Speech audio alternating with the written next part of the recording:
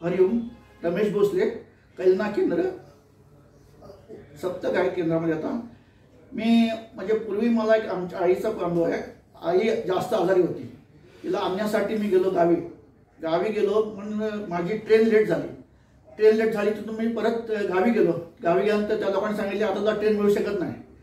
आणि मी आई माझी चालता येत नव्हती तरी मी रिक्षा करून घराकडे आलो. आता बोललं काय करायचं, आता ट्रेनचा टाईम होऊन गेला.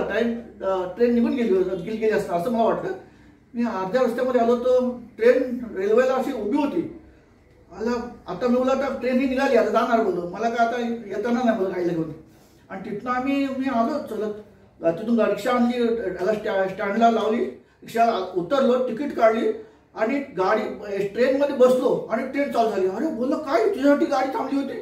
अरे बोलतो 1 तास झाला गाडी इथे आहे.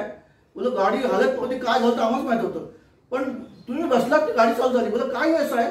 बोलो मी जेव्हा आलो तेव्हाच माझ्या बापूला सांगितलं माझी आई जास्त आजारी आहे आणि मला तिला घेऊन यायचं आहे. काही पण करा पण मला बापू मला आईला घेऊन यायचं आहे.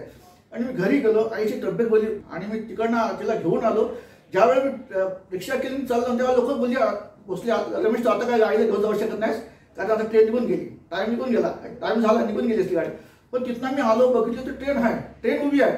तिथून रिक्षा करून आमच्या याला कॅम्पला आली गाडी. आम्ही उत्तर तिकीट काढली आणि आत्मा चढून गाडी चालू झाली.